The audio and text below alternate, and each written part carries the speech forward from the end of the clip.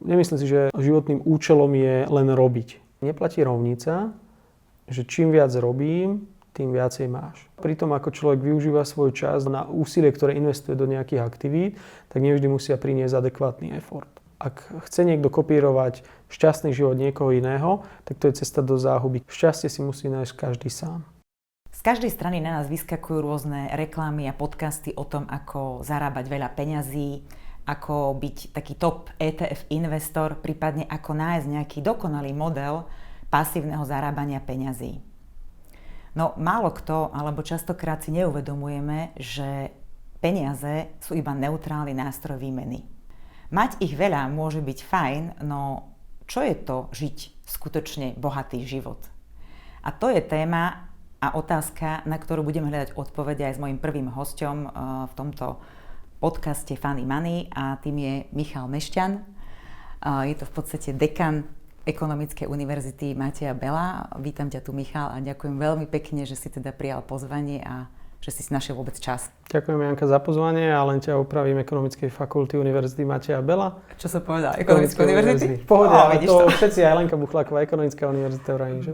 Áno, veď ja to viem, veď je to moja alma mater, ja som to tiež študovala, takže áno, Ekonomická fakulta, áno, Univerzity Mateja Bela. Dobre, ja ťa teda tak trošku predstavím, musela som si to ale vypísať, lebo je toho veľmi veľa. Zistila som teda, že všetko asi aj v tvojej kariére sa spája s Ekonomickou fakultou. Napríklad v roku 2013 to bolo hneď víťazstvo v nejakej celoslovenskej súťaži študentská osobnosť Slovenska, kategórie ekonomia. Potom to bolo vlastne celé vzdelanie od bakalárskeho, inžinierského až po filozofie, doktor si získal teda na Ekonomickej fakulte Univerzity Mateja Bela. Potom si pôsobil ako junior analytik a projektový manažer úspor, to si pamätám aj ja ten web, inak bol veľmi fajn, som ho aj ja častokrát používala. Potom si držiteľ licencie a hlavný organizátor prvého univerzitného TEDx podujatia na Slovensku. To ma prekvapilo, to som vôbec nevedela, takže super, to sa mi veľmi páči, tie TEDx podujatia sú veľmi fajn. A potom si pôsobil ako odborný asistent na Ekonomickej fakulte, neskôr ako prodekan pre rozvoj a digitalizáciu, potom ako manažér na referáte digitalizácia a informatizácie, ťažké názvy. No a posledne je to teda ako dekan, myslím si, že od roku 24 však, január 2024. Z môjho pohľadu, alebo teda z toho, čo som si naštudovala, ako najmladší dekan asi Ekonomickej fakulty. Či bola niekto mladší? Mám pocit, že súčasný pán rektor Univerzity Mateja Bela v Banskej Bystrici bol asi o niekoľko mesiacov, ak nie o jeden rok mladší, keď sa stal dekanom. Ale áno, plošne áno, patrí medzi tých asi najmladších dekanov. Si mal 32 rokov vtedy? 32. 32 ešte. Super. No za mňa tak krásna, priam až ukážková kariéra, že ako to vnímaš teda ty, mi trošku aspoň na úvod povedz, že či ťa tá práca stále baví, naplňa a ako vnímaš tie roky v podstate, ktoré si strávil v rámci Ekonomickej fakulty. Ja musím povedať, že mal som veľké šťastie vo výbere vysokej školy, pretože to, že som prišiel na Ekonomickú fakultu do Banskej Bystrici, tak mi otvorilo veľa príležitostí a mal som to šťastie na skvelých pedagógov, ktorí sa na mňa ako na študenta pozerali nie ako na človeka, ktorý musel len urobiť nejaké skúšky, ale aj na človeka, ktorý chce niečo urobiť a dali mu priestor sa seba realizovať. Nezainteresovaný človek, ktorý keď si naozaj prečíta niečo z môjho životopisu, tak povie, že wow, aké super to bolo. Ono to na papieri veľmi dobre vyzerá, keď už ten nejaký úspech príde, ale je za tým veľké množstvo driny a veľa prebdených nocí, kedy človek naozaj musel pracovať nemusel sa len vzdelávať, ale musel robiť aj veľa toho naviac. A dá sa povedať, že toto je výsledkom. No a spätne, ako sa na to pozerám, tak je fajn, keď človek môže po určitých rokoch sa pozrieť spätne a povedať, že všetko, čo obetoval pre niečo, stálo za to. A ja v tomto duchu môžem to povedať, ale zároveň dodávam, že život nekončí a my ako finančníci a investori hovoríme, že minulá výkonnosť nie je garanciou budúcej výkonnosti. To znamená, že človek pracuje ďalej, poteší sa určite, že čo dosiahol, ale je dôležité neustále sa hýbať dopredu a pozerať dopredu, pretože svet nespí. A rovnako ako v akomkoľvek inom povolaní, aj v tom, kde pôsobím ja, je potrebné sa neustále vzdelávať a pozerať do budúcnosti, pretože ak chceme zostať ako inštitúcia konkurencieschopní, tak potrebujeme stále napredovať a stále sa pozerať na to, ako sa vieme zlepšiť. A ešte keď to tak spýtam, my sa poznáme asi tak, predpokladám, že sme sedeli tak raz na káve dávno a mám pocit, že to bolo ešte, keď si bol asi v rámci doktorandského štúdia však. A odtedy sa asi teba veľa zmenilo a ja vnímam u teba ako takú osobnostnú zmenu. Kebyže k tomu môže aspoň pár viet povedať, že ako ty vnímaš seba, keď si bol ešte ten doktorand a teraz, hej, že čo to s tebou spravilo vlastne ako s človekom? Ako mladý, ktokoľvek mladý nemá rád, keď niekto starší príde a mu povie, že však uvidíš, ako to bude o pár rokov a tak ďalej. A preto ja sa to snažím nevraveť našim študentom, že nie, každý si musí prejsť tými dobrými aj zlými vecami. Nedá sa poprieť, že tá životná skúsenosť sa nedá ničím nahradiť, ale je veľmi dôležité pre nás, dovolím si povedať starších, aby sme tej mladšej generácii vytvárali príležitosti na to, aby mohli skúšať, lebo čím skôr zažijú dotyk s niečím možno, že ťažkým, náročným, čo ich konfrontuje, tak tým ich to rýchlejšie formuje. Takže za mňa asi to, že som mal možnosť spolupracovať či už v mladom veku s analytikmi z rôznych ministerstiev, konfrontovať sa naozaj s top mozgami Slovenska, mať možnosť diskutovať s Ľubošom Pástorom, napríklad profesorom z Chicagskej univerzity, najúspešnejším vlastne ekonómom, ktorý následne o 2 roky si vás na evente všimne, kde aj neviete, že je a osloví vás menom, tak je to veľké zadozučinenie, ale úprimne, keď hovoríte s niekým takým, tak sa cítite takýto maličký.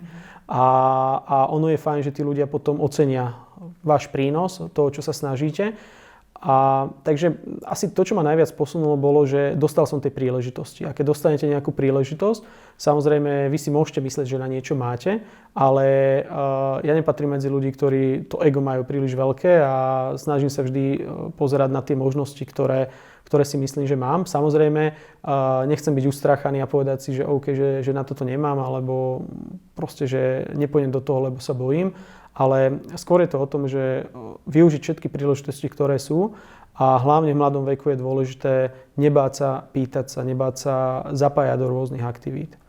Cieľom projektu v podstate Funny Money je pomáhať ľuďom nájsť cestu bohatého a spokojného života, ale v tej rovine vonkajšieho aj vnútorného sveta, zároveň získať taký nejaký nadhľad nad peniazmi a znížiť ten finančný stres, ktorý asi dneska všetci pociťujeme. Proste mať takú tú finančnú pohodu.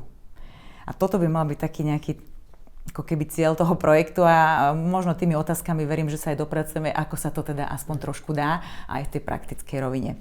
Zatiaľ teda tak skrátke začnem takými jednoduchými, že pamätáš si, že si ty kúpil za nejakú prvú výplatu, keď si tak väčšie peniaze zarobil ako študent alebo ešte predtým? Asi to bolo ako študent, mám pocit, že to bol počítač, alebo teda notebook, ktorý som potreboval nutne pre svoje štúdium.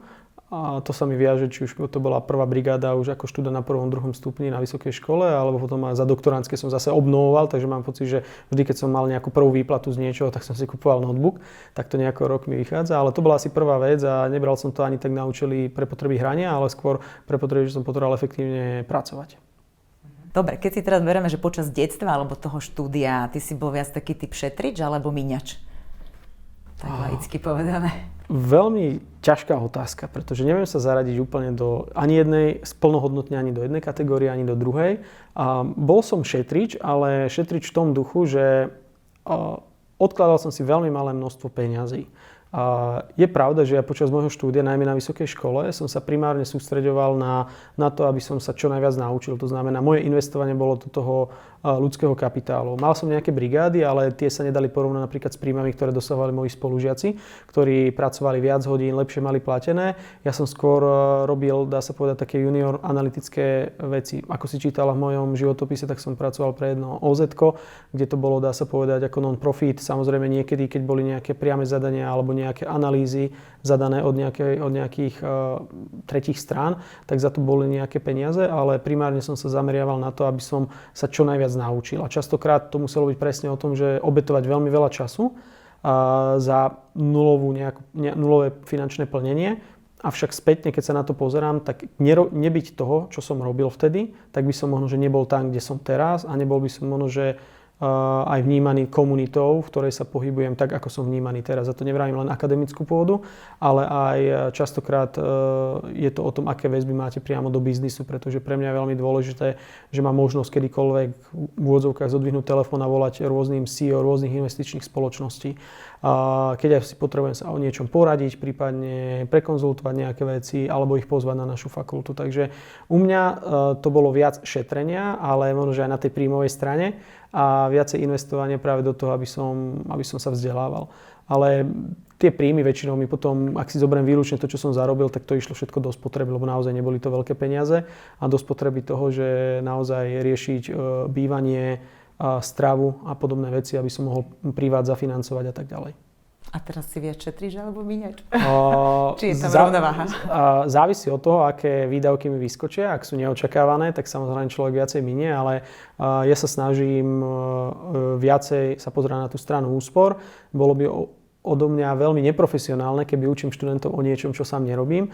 Takže skôr sa pozerám na to, ako efektívne čo najviac možností v rámci toho, ako sa dá počas mesiaca ušetriť a dávať bokom, ale keby to percentuálne budem rozdeľovať, tak stále sa bavíme rádo o vyšších percentách toho, čo sa spotrebuje, keďže človek musí platiť hypotéku, výdavky na stravu, cestovanie a nejaké ďalšie veci, ale nemôžem povedať, že 90% príjmu odkladám to v žiadnom prípade, skôr je to naopak, že tá väčšia časť ide na spotrebu, ale časť toho príjmu si človek aj odkladá. No a teraz taká otázočka ohľadom fakulty, trochu aj vtipná, že keby ti niekto dneska poslal tak nejaký 1 000 000 eur na účet fakulty, nejdeme riešiť kto, ale že čo by si s ním urobil ty, ako by si s ním naložil ako teda dekan? To, čo nutne potrebujeme na našej fakulte, tak asi by som investoval do infraštruktúry, to znamená do revitalizácie priestorov, či už pre študentov alebo zamestnancov. Toto je aj taká alfa omega toho, o čo sa snažím počas môjho funkčného obdobia. Dlhé roky sa neinvestovalo veľmi do toho pohodlia študentov a zamestnancov, takže snažíme sa to nejakým spôsobom vrácať naspäť, takže 1 000 000 eur by som veľmi efektívne vedel v úvodzovkách utopiť do toho, aby sa študenti a zamestnanci mali lepšie na fakulte. Ešte málo by bolo však. Áno. Dobre, čo by si ty zaradil ohľadom toho vzdelávania teda a v súvislosti teda s peniazmi? Čo by podľa teba malo byť také kľúčové v rámci vzdelávania ohľadom peniazy? Nemyslím teraz na ekonomické, možno fakulte, ale tak všeobecne. V prvom rade je dôležité si uvedomiť, že investovanie je jadrová fyzika alebo nejaká náročná chémia a podobné veci. Proces investovania alebo investovanie samo o sebe je nudná veličina, povedal to aj Warren Buffett. Že naozaj nepotrebujete byť extra mozog na to, aby ste dokázali budovať kapitál. V súčasnosti v 21. storočí v roku 2025 tých príležitostí je extrémne veľa. Je potrebné možno, že častokrát, ak sa vám nechce zisťovať výhody, nevýhody toho ktorého produktu, tak poradiť sa s finančným sprostredkovateľom, poradiť sa s ľuďmi, ktorí sa tomu rozumejú. Ale za mňa by bolo dôležité skôr od toho, ako počítať, matematicky vyjadrovať niečo o investovaní, skôr vyjadriť základné princípy zloženého úročenia a ukázať ľuďom, aké jednoduché je si aj s malým kapitálom vedieť, čím skôr začneme aj s malým kapitálom, tým skôr vybudujeme nejaký majetok. A zaradiť možno, že do tej finančnej gramotnosti chápanie hodnoty peňazí. Čo to je vlastne, že ja si budem, čo to znamená, keď si budem odkladať 50 eur, čo to znamená, keď si budem odkladať 100 eur, čo to znamená, keď o 40 rokov budem mať na účte nepredstaviteľných pre niekoho 500 000 eur, že tých 500 000 eur v budúcnosti o tých 40 rokov môže mať hodnotu v súčasnosti nejakých 15 000 eur napríklad. Takže toto sú veci, ktoré mi chýbajú a vnímam aj prostredníctvom LinkedInu, kde veľmi krásny príklad, mám pocit, že Ďuri Hebaty z Finaxu prezentoval, ako jeho syn si založil v úvodzovkách firmu, cez leto predával nejaké minerálky, alebo teda nejaké nápoje vonku na ulici a potom tie peniaze proste chcel reinvestovať a pracovali s nimi. Takže nezostať len pri tom, že do učebného plánu na nejakej základnej, strednej alebo vysokej škole iného ako ekonomického zamerania zaradím predmet o finančná gramotnosť, ale vecne sa pozrieť na to, ako si ľudia vedia investovať, čo je optimálne, ako čo najskôr začať. Akorát minulý týždeň v piatok som mal jednu prednášku na strednej odbornej škole, strednej spojenej škole v Sečovciach. A tam som študentom ukazoval, že ak chcete niečo o investovaní vedieť, tak si zapamätajte tie príklady Janka, Ferka a Karola, ktorí 18 000 eur počas 30 rokov idú investovať. Prvý to urobí tak, že 900 eur bude prvých 10 rokov investovať, potom nič. Potom druhý bude investovať 600 eur pravidelne a ten posledný bude investovať iba posledných 20 rokov napríklad nejakú čiastku a prvých 10 rokov nie. A na tom príklade som im ukázal, že prečo hneď po skončení školy a zamestnaní sa netreba si úplne užívať, ale možno sa uskromniť v tej spotrebe a viacej investovať, aby ste práve si potom ten život mohli viacej užívať. Dobre, ešte tak k tomu tiež nadväzujúca otázka, že vidíš rozdiel medzi tým, ako peniaze vnímajú dnešní študenti a ako tvoja generácia? Alebo teda naša, aj keď ja už som trošku v inej generácii asi, ale... Určite áno, aj keď ten rozdiel, keď si to tak zoberiem, je zhruba teraz bude 10 rokov, kedy ja som končil a keď si porovnám teraz končiacich. Je to spôsobené aj tým, že veľmi, veľmi do popredia práve od toho roku 2017 išlo nejaká edukácia o investovaní a tí mladí ľudia v súčasnosti majú veľké množstvo tých príležitostí. Kryptomeny veľmi výrazne otvorili prvé skúsenosti s investovaním. Mnoho študentov vnímam, že viac zdrojov si odkladá napríklad z brigád, ako tomu bolo predtým. My sme skôr boli, ale ono to ide ruka v ruke so štatistikami, ktoré som napríklad včera počul, že klesá na Slovensku konzumácia najmä u mladej generácie alkoholu, čo je veľmi veľké pozitívum. Tým pádom, keďže aj menej, a reálne to vnímam, že menej študentov sa chodí napríklad zabávať, ten študentský život je v menšej miere zastúpený, ako tomu bolo za našej éry, to poviem.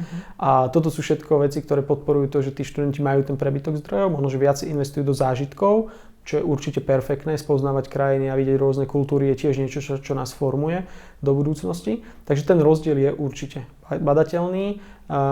Vnímam aj, že viacej mladých ľudí sa zaujíma o to investovanie, i keď robíme také prieskumy so študentami, tak nie všetci investujú, ale darí sa nám napríklad u nich zakladať druhé piliere. To znamená, že otvárame možnosti, že čo môžu urobiť, ak majú nejaké brigády, aby už mohli začať investovať. Takže je to iná generácia, ale čo im chýba je kapitál, samozrejme. Ja ešte tak vnímam za tie roky, veď tiež som už v tom biznise veľmi dlho a ja som asi tá ešte staršia generácia, ale ja vnímam teda veľkú averziu voči riziku, alebo teda neuvedomovanie si veľkosti toho rizika, hej. Aj to vlastne robia aj tie kryptomeny s tým spôsobom, lebo ja si pamätám krízu z 2008 roku. A ja vtedy to bolo, akože ľudia boli vo veľkom šoku, hej, tak tá recesia bola naozaj taká nejaká dlhšia a ľudia sa báli. Vtedy sa všetko pomaly už mali pocit, že ideme na barter a že vlastne nebudú fungovať ani akcie, ani trhy, ani tak. Dneska to tak nevnímam, aj keď je pravda, že nezažili sme takú nejakú veľkú krízu odtedy. Toto ako ty vnímaš napríklad to riziko a študenti alebo celkové mladí ľudia a vzťah k riziku? Vzťah k riziku nie je determinovaný mojimi pocitmi, ale mal by byť objektívny, lebo ak ja sa postavím k riziku nejako, že napríklad bojím sa toho, že zajtra trhy môžu klesnúť, a tak môže to byť do určitej miery iracionálne, pretože aspoň my sa snažíme u nás na škole vysvetľovať študentom, samozrejme vždy je dôležité si povedať, akú ja mám osobne averziu k riziku, čo je subjektívny môj pohľad. A máme študentov, keď si robíme prieskum, tak dajme tomu, že 50% z jedného ročníka bolo, že my sme konzervatívni, sa bojíme, my chceme radšej konzervatívne investovať. Ale podstatou investovania je si zodpovedať 3 základné otázky. Ako dlho chcem investovať? Aký je môj cieľ, prečo chcem investovať a naplnenie toho cieľa, koľko ma bude stáť. A primárnou otázkou je vždy investičný horizont. Ak si poviem, že chcem investovať na dôchodok, tak je to, dajme tomu v mojom prípade, už len, že 30 rokov a matematicky mi stále vychádza investovanie do akcií ako najmenej riziková vec, pretože sa tu bavíme o dlhom investičnom horizonte. A preto častokrát ľudia, ktorí povedia, ja nejdem investovať do akcií, lebo ja sa bojím, že trhy padnú a tak ďalej, ale je to iracionálne vo vzťahu k investičnému horizontu. Takže to je také kľúčové, čo sa snažíme študentom povedať, že to vaše vnímanie je subjektívne toho rizika. Je dôležité pozerať sa na to, ako dlho idem investovať. Ak si chcem kúpiť o rok, alebo chcem ísť na dovolenku o 2 roky na Maledivy, tak logicky nebudem investovať do akcií, lebo to riziko toho, že by tá volatilita spôsobila pokles na finančných trhoch a prídem o tie úspory v úvodzovkách, alebo hodnota úspor bude nižšia ako možno, že výška vkladu, je vysoké. Takže to je taký jeden prístup, ako ja sa snažím, aby aj študenti nazerali na to riziko a trošku dať racionality, lebo ako náhle zostaneme iracionálni pri akomkoľvek rozhodnutí v našom živote, tak bude to mať negatívne dopady. A veľmi často to vidíme aj v praxi, že ľudia tú racionalitu dávajú preč z tých rozhodnutí, pristupuje iracionalita a vedie to proste k zlým investičným rozhodnutiam. Ale tak to sa prekvapuje, že až 50% ľudí môžu byť aj, že sa boja a že jedú. Áno, a ako to bolo odhadom, a zase nie je to vzorka všetkých študentov, to nechcem, aby to bolo, niekedy ale sa to tak môže stať. Bolo to niekedy, že naozaj tí študenti chceli a keď sme si prechádzali práve tieto prípady, tak presne vrajím, že, ale už myslím, že toto je niečo, čo keď do seba dostanú, tak to bude fajn. A veľmi kľúčové je, že študenti málokedy potom vedia aj odhadnúť úplne, že tú realitu, lebo keď si niekto povie, že do 5 rokov si chcem kúpiť novú Audi A7, a viem, že stojí 70 000 eur a mám 1 000 eur v čistom, zarábam, ale 1500 a musím platiť bývanie a tak je to trošku také, hej, že a vravím, ale to nie je úplne dobré ísť na leasing, že polku budete mať aj ísť do leasingu a tomu sa možno, že dostaneme to vnímanie toho, že ako treba narábať s rozpočtami a veľmi často si to prechádzame. Ja som, dajme tomu, z toho už vyrástol, proste nebudem chcieť si kupovať Range Rover Sport v plnej výbave za 190 000 eur, lebo proste na to nemám. A aj keby, že mám, tak si ho môžem kúpiť, ale už potom zabúdajú na tie výdavky, ktoré s tým súvisia, hej. Čiže už máš vlastne uvedomenie, na čo máš, hej? Lebo to je asi taká kľúčová vec, možno aj v tej hodnote peňazí, hej? Áno, určite treba sa vždy pozrieť na to, na čo mám. To je vo všetkom, to je bez ohľadu na to, na bývanie, na cestovanie, na všetko. A to, že na niečo nemám, ako má môj sused napríklad, tak to nie je prekážka v tom, aby som mohol žiť nejaký šťastný život, len ja sa s tým musím stotožniť. Ale o tom budeme asi hovoriť, že máme nejak nastavenú spoločnosť, a neprospieva to k tomu, aby sme možno, že mohli žiť úplne ten šťastný život v tom, že no naozaj ten majetnícky prístup je veľmi veľký v spoločnosti. A prekonať to je veľmi náročné a to nie je už ani vec ekonomická, to už je taká psychologická. Tak sme to krásne preklenuli k tej psychologickej téme, lebo akorát už mi tak išlo hlavou, že veľa bavíme sa o tých investíciách, čož práve o tom nechcel byť tento podcast, alebo ja som teda nechcela, lebo takých je tu už veľmi veľa. Ale skôr som to chcela na tú tému psychológie, takže sme tak plynule k tomu prešli. A prejdem možno teda na také osobnejšie možno otázky, čiže budem rada, keď dáš takú odpoveď, ako to ty cítiš a vnímaš, že aby to nebolo v podstate také všeobecné. Tak čo tebe napadne ako prvé, keď sa povie slovo peniaze? Základná definícia, to je choroba z povolania. Nie, nedávaj definíciu, taký ten vnútorný možno stav, pocit teraz taký iracionálny možno. Peniaze, nástroj na naplnenie nejakých cieľov, ktoré v živote mám, alebo zabezpečenie proste základných životných potrieb. To je asi taký základ, ktorý mám.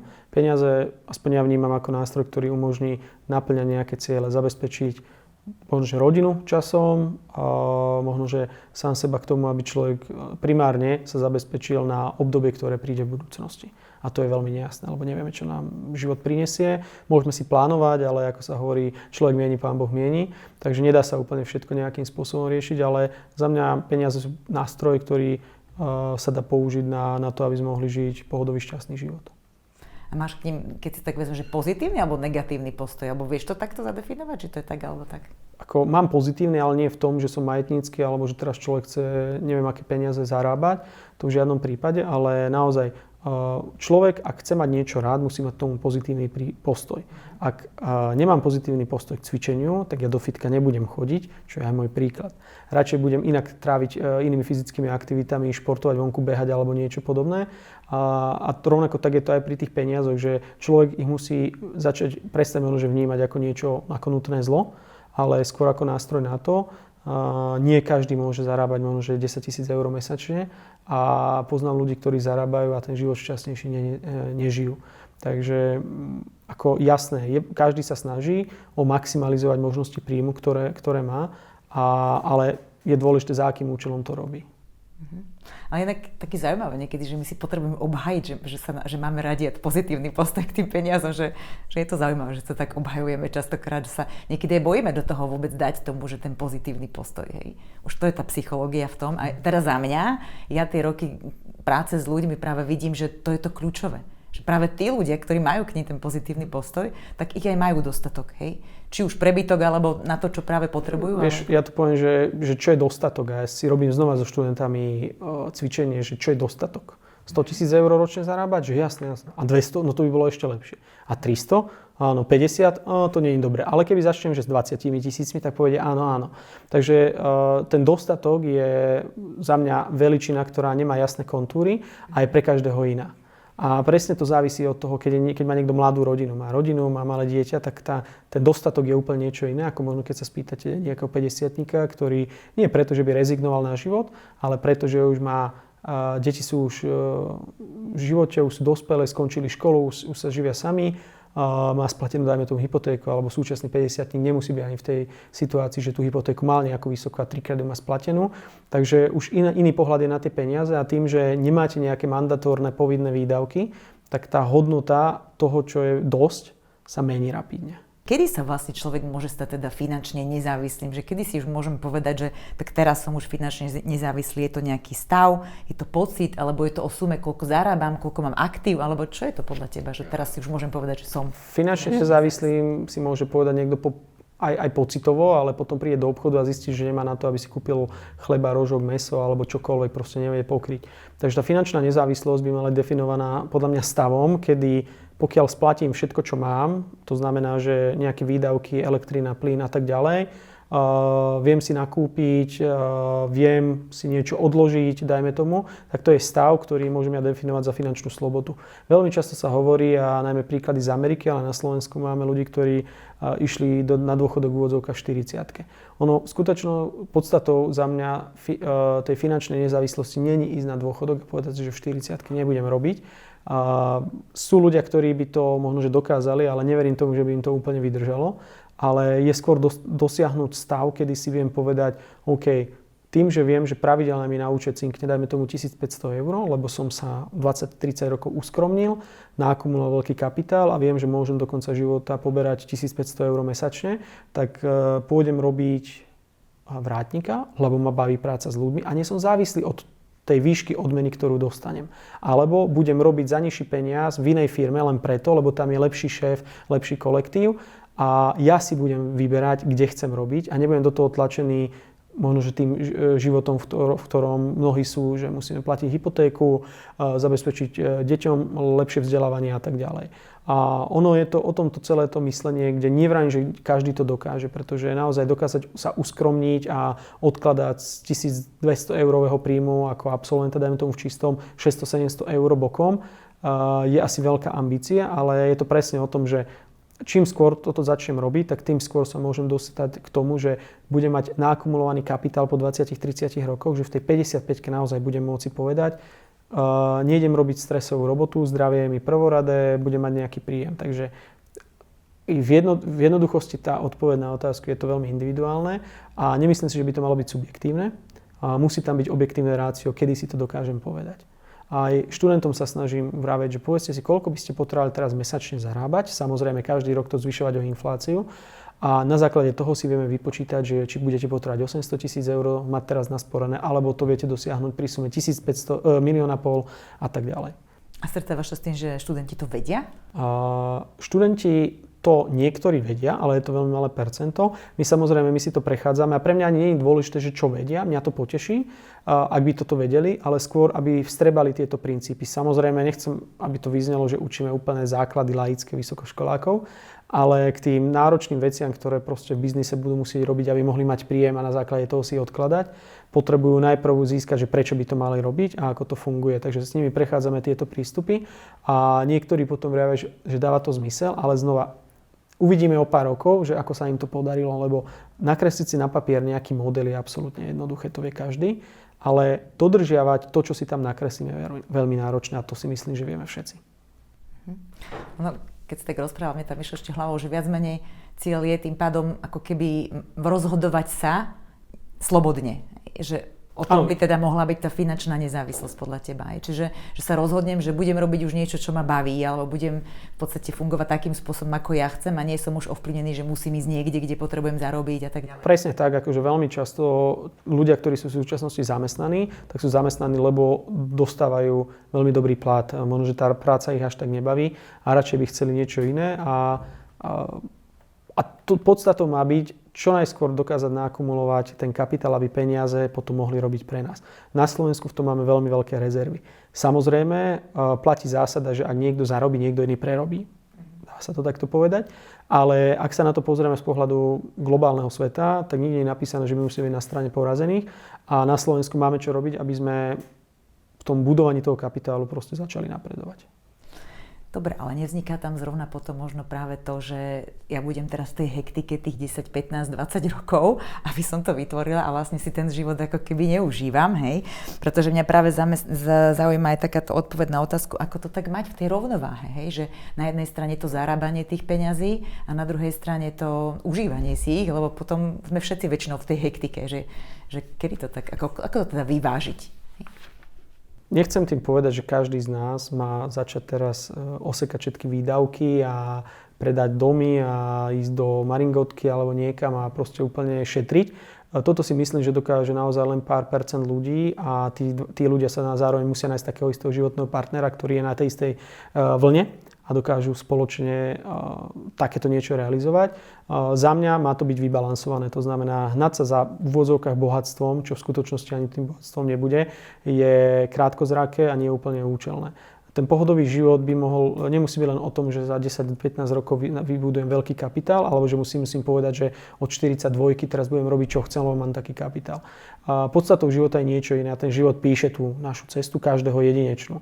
A tak ako niekto bol prezieravý pred 10 rokmi, kto kupoval jednoizbáky za 20 000 eur v Banskej Bystrici a teraz ich predával s veľmi pekným ziskom, tak boli neuvedomení ľudia, ktorí ich kupovali potom za 50 000 a už ten zisk napríklad nebol taký veľký. Takže za mňa každý jeden človek si musí nájsť tú svoju cestu, ako chce ísť. A ak je niekto OK s tým, že namiesto toho, že sa chce naháňať za tým, že nakumulovať veľký kapitál a môže to výjsť.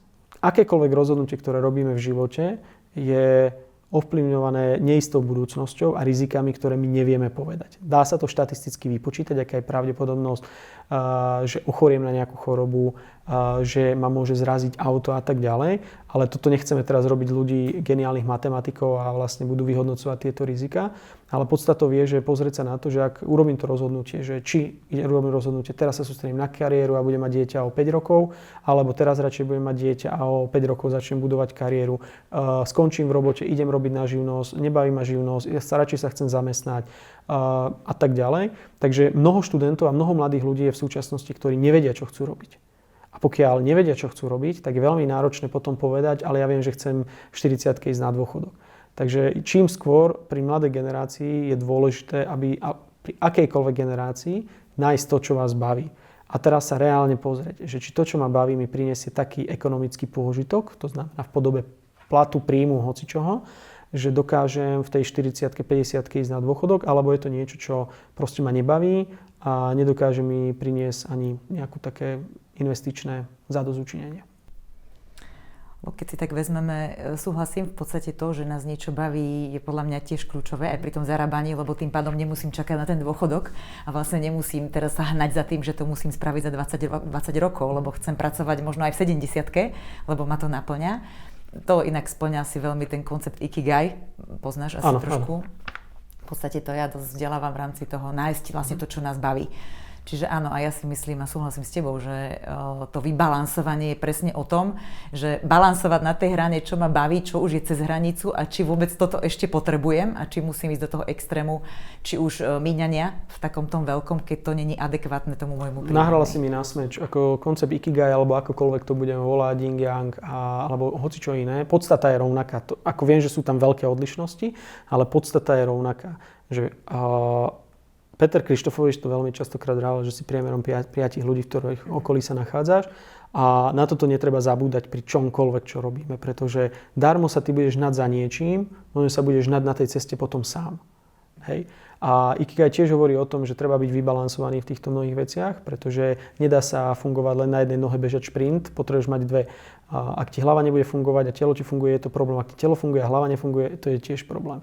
Takže treba mať vyvážené vzťahy, či už v rodine a tak ďalej, lebo ako sú ľudia, určite sú jednotlivci, ktorí by nás, výnimky potvrdzujú pravidlo, takže by dokázali niečo iné, ale byť vybalansovaný a hľadať tú spokojnosť proste na tej množine je veľmi dôležité. Poznám ľudí, ktorí sa hnali za tým majetkom a zostali sami.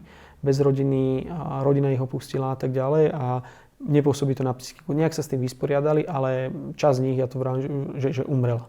Proste. A rovnako tak zas treba ale zo všetkom mieru. Proste musia všetci chápať, že nedá sa žiť len z nejakej súdržnosti, lebo kým neprídu neočakávané výdavky, kým nepríde strata zamestnania, kým nepríde nejaké veľké zdravotné problémy, kým nepríde potreba financovať kvalitnejšie vzdelanie pre svoje deti, tak sa dá fungovať aj v tom, že peniaze nie sú dôležité, ale ak si človek uvedomí čím skôr, že čo ho čaká v tom živote, tak sa musí pozrieť na tú mieru dôležitosti inak.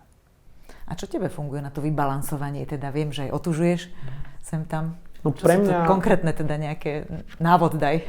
Ja som jedináčik, ale sme takže 9 bratrancov a sesterníc a moja mamina je z 5 súrodencov, už sú tam samozrejme nejaké vnúčatá v tejto vetve, takže my máme veľkú rodinu a ja sa snažím, nie je to ideálne, ale udržiavať väzby s rodinou.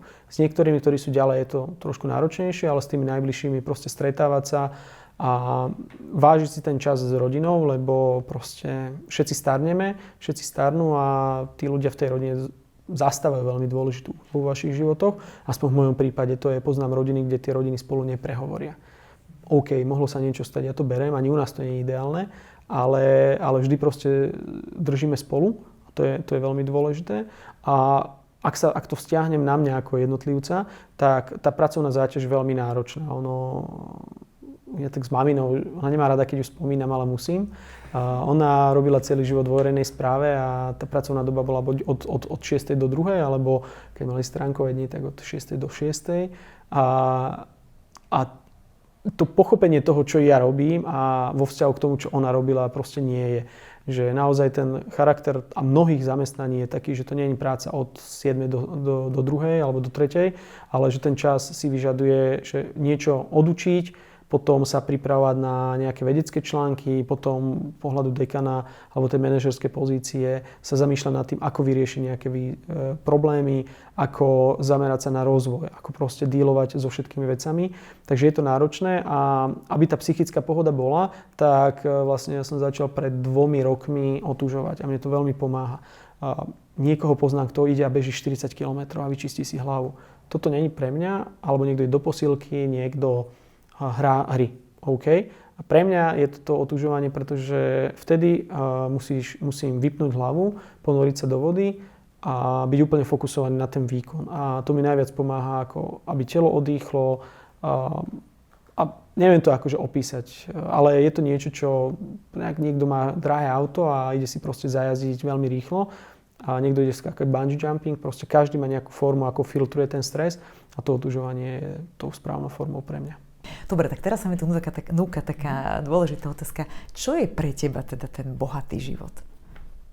Tak teraz osobne skús povedať, hej, že...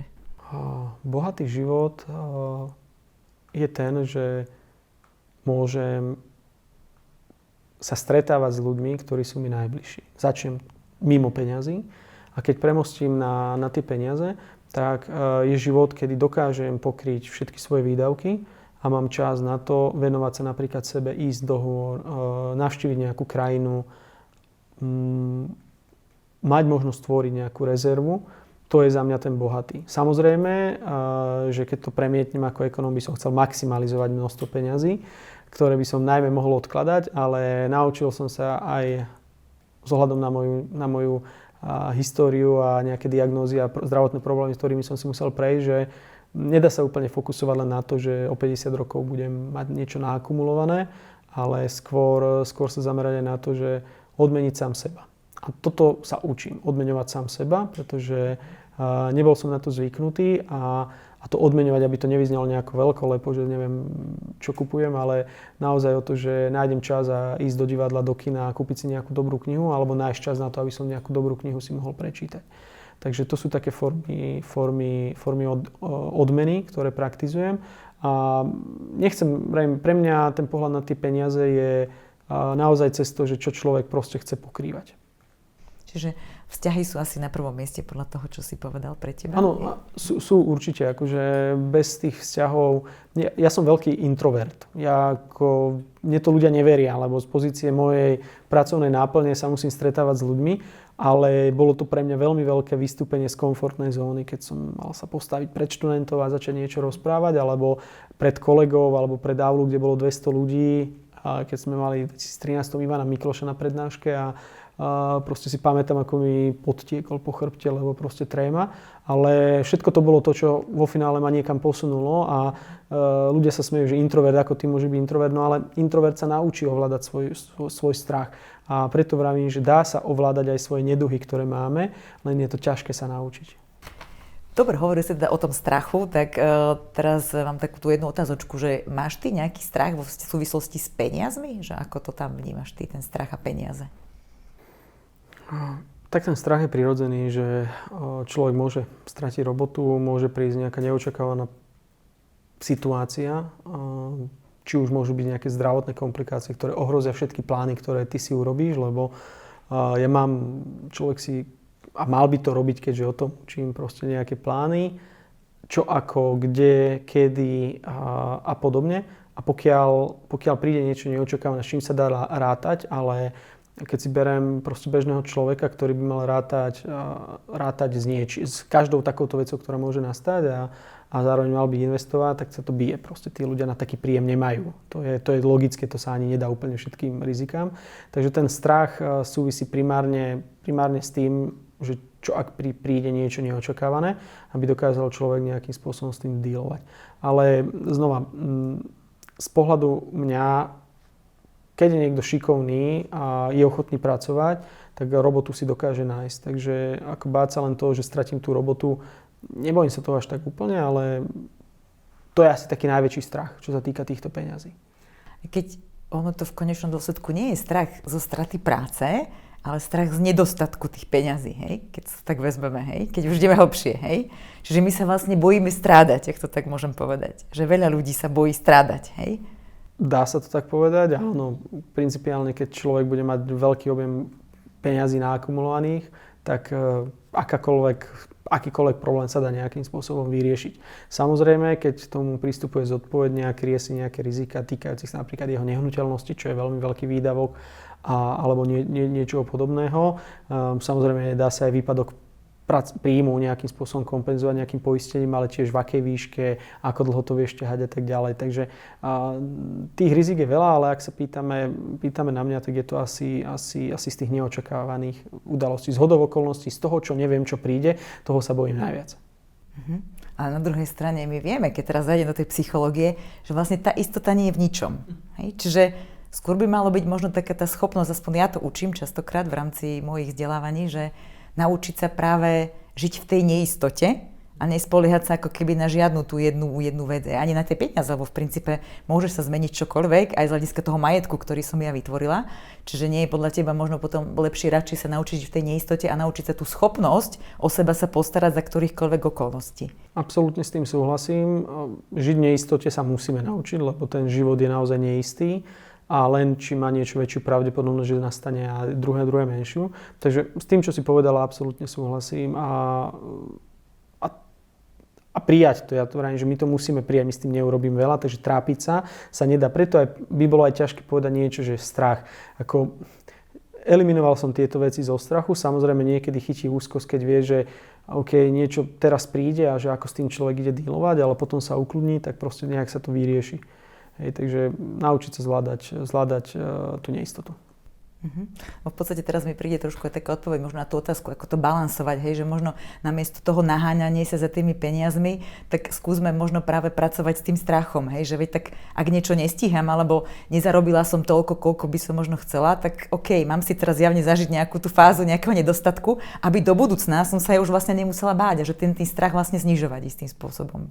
Naháňanie peňazí je determinované našou potrebou dosiahnuť niečo, čo nemusí sa odrážať od tých našich reálnych potrieb. Respektíve od tých možností, ktoré máme. A opäť by sme sa vrátili možno, že pol hodinu dozadu, keď sme sa bavili o tom, že hodnota pre mňa je hodnota nejakého majetku, alebo peniaze majú pre mňa inú hodnotu ako pre teba. Ak sa budeme pýtať, koľko je pre teba dosť z tvojho pohľadu, koľko je z môjho pohľadu dosť, tak sa budeme líšiť. Rácio mi hovorí, že u teba by tá suma mala byť nižšia ako u mňa, ale možno opak by bol pravdou napríklad. Takže ľudia by sa mali naučiť si jasne povedať nie len to, že čo chcem, ale aj či na to mám a na základe toho odvoďovať potom si regulovať aj ten stres. Pretože ak ja chcem príliš veľa toho a logicky na to nemám a len niekde pri poháriku teraz nadávať na celý svet, že je proti mne, proste to sa nedá a je potrebné sa zakrývať takou perinou, na ktorú mám. A keď urobím niečo viac, aby som si mohol lepšiu perinu kúpiť, tak potom sa môžem lepšou perinou zakrývať. A druhá vec je možno aj to dôležité za tým, že vlastne aj tak to materiálne vieme častokrát, že nám neprinesie ten dlhodobý efekt toho pocitu naplnenia, tej nezávislosti, slobody alebo toho bohatstva. Asi už tu odznel na začiatku, že viac menej sú to len tie nástroje. Áno. Že to je to. Ja to poviem, Mavstory ako jeden seriál, ktorý asi viacerí poznajú, tak tam bola pekná hláška, že lepšie byť smutný v Rolls Royce ako veselý na bicykli. Ale je to stav. Ako aj ja, keď som si sadol do známeho X5 a mohol som ju šoférovať, tak som bol nadšený. Ale ako, keď si teraz sadnem do toho môjho Volkswagenu, tak ako poviem, OK, akože som rád, že z bodu A do bodu B. Takže záleží to naozaj od toho jednotlivca, ako to vníma. Ale naozaj tie hmotné veci, akože to šťastie nekúpia vo finále. Čiže možno fajn je za tým aj, ako si teraz povedal, to sadnúť si do toho rozvoju a tak ďalej, že ja teda aspoň odporúčam ľuďom, že si dať tam aj ten pocit, ako sa vlastne chcem cítiť, keď už nadobudnem to materiálne, hej. Keď teraz sa bavíme v tej rovine materiálnej, že keď už budem mať to auto, lebo mnohí zase sa cítia aj v tom Rolls-Royce nie moc šťastný, alebo je to len chvíľku. Čiže aj to je asi dôležité, či je to naozaj takéto moje vnútorné želanie a niečo, čo skutočne chcem, alebo je to len kvôli tomu susedovi, hej. Nechcem, aby to vyznelo, že tu ja múdrujem alebo niečo, ale on prezentuje moje nejaké pohľady a je veľmi za mňa dôležité si uvedomiť, že či tá kvalita života sa mi naplnením tohto cieľa výrazne zvýši. Môže to byť, že niekto chce výkonnejší počítač, lebo chce hrať lepšie hry. Dobre, ale že či ten rozdiel tých 400-500 eur je veľmi nutný na to, aby som takýto nejaký pocit dosiahol. Takže, ale to musí prísť opäť nejakým vekom, nejakými skúsenosťami a pokiaľ mi niekto povie, že si chce naozaj kúpiť ten drahší mobil alebo niečo, tak si to kúp, ale potom nenariekaj, že proste nemáš tie zdroje, a že si sa, nedaj Bože, musel zadlžiť nejakým spôsobom, ale aj pri dospelých, a platí to isté, čo pri deťoch. Poviem ti, nechytaj sa toho, je to teplé a buď ma posluchneš, alebo si to vyskúšaš sám.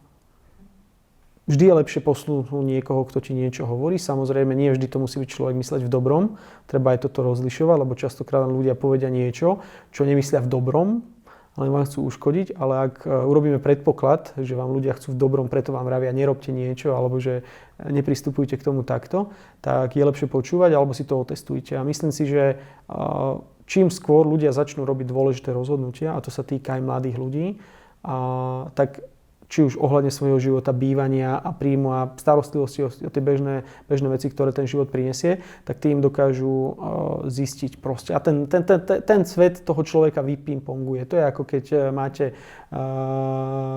pinball a dávate, a ono to nejakým smerom ide, ale máte mantinely. A ten svet vás dá rýchlo proste do laty a povie vám čo áno, čo nie. A oreží vaše hrany, dalo by sa povedať.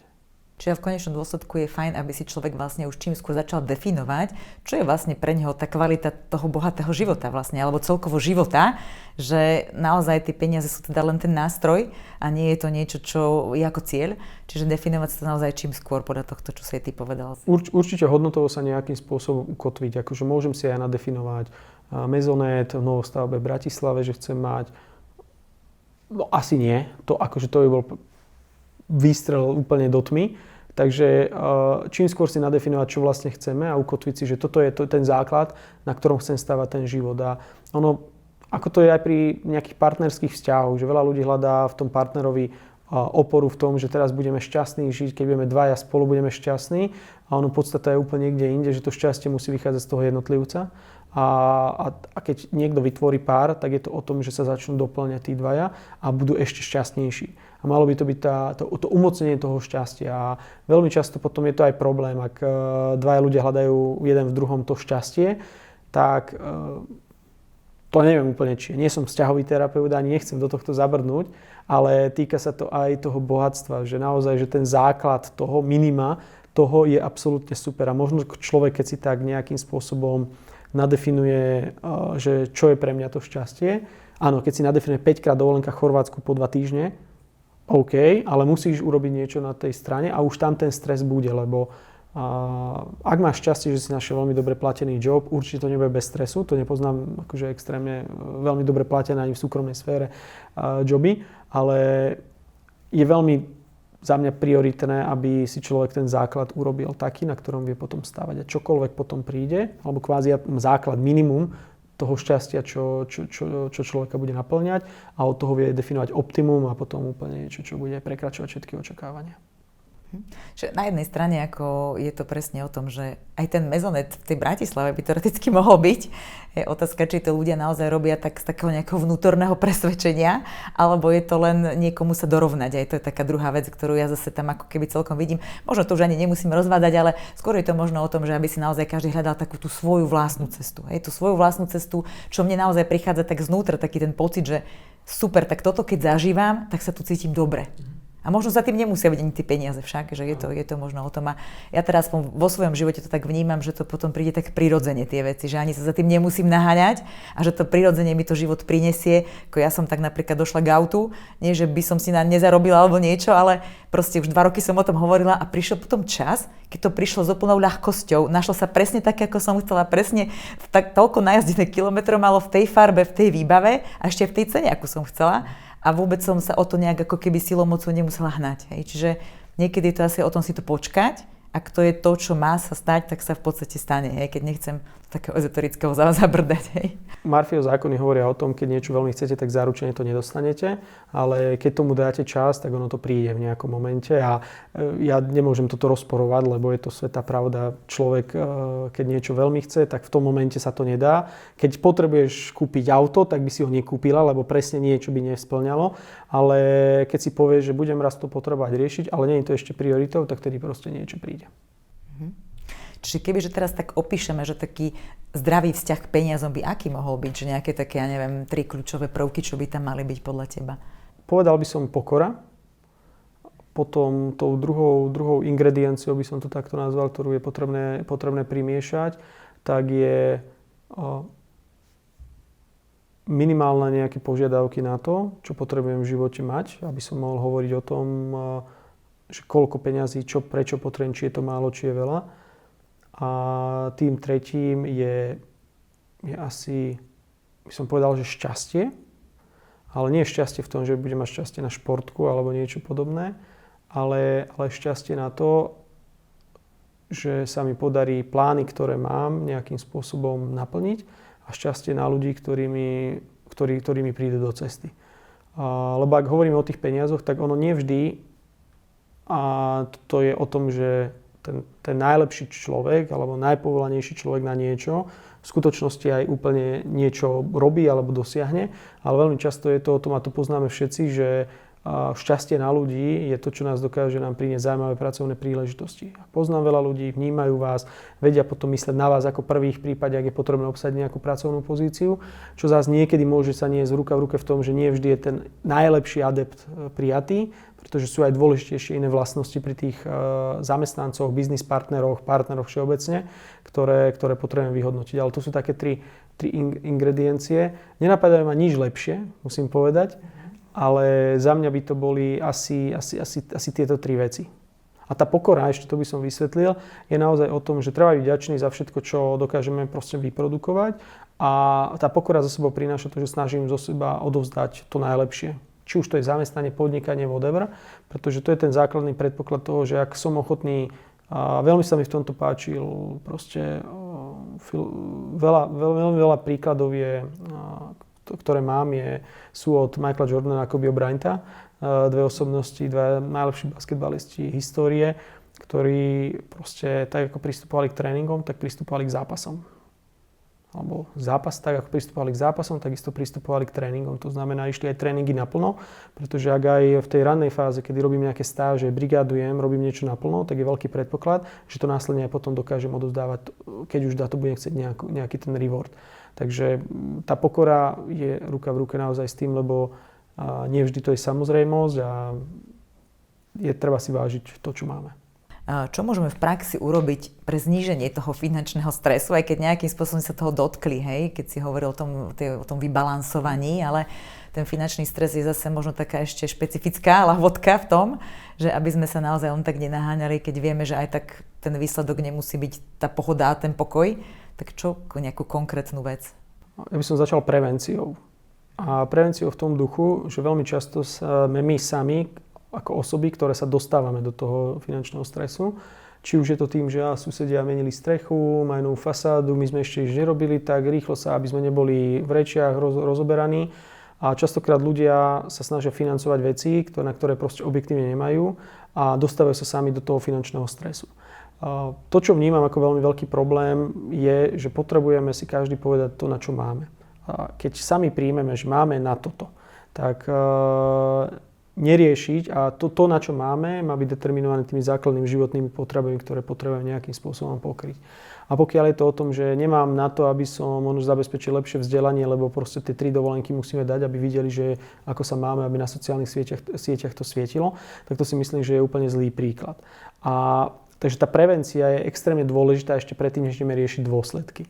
Ale ak už v skutočnosti máme ľudí, ktorí sú v tom finančnom strese, tak je dôležité si povedať a objektívne proste nemám na niektoré veci, nemám na to, aby som chodil sa stravovať do reštaurácií, nemám na to, aby som možno išiel do kina, nemám na to, aby som si platil Spotify alebo nejaké iné platformy, nechcem tomu samozrejme robiť reklamu. Ale proste keď na to nemám, tak dokážem niekde ušetriť a pozrieť sa na svoju výdavkovú stránku a legitímne si povedať proste na toto teraz nemám a znížim tým pádom svoj stres na tieto veci.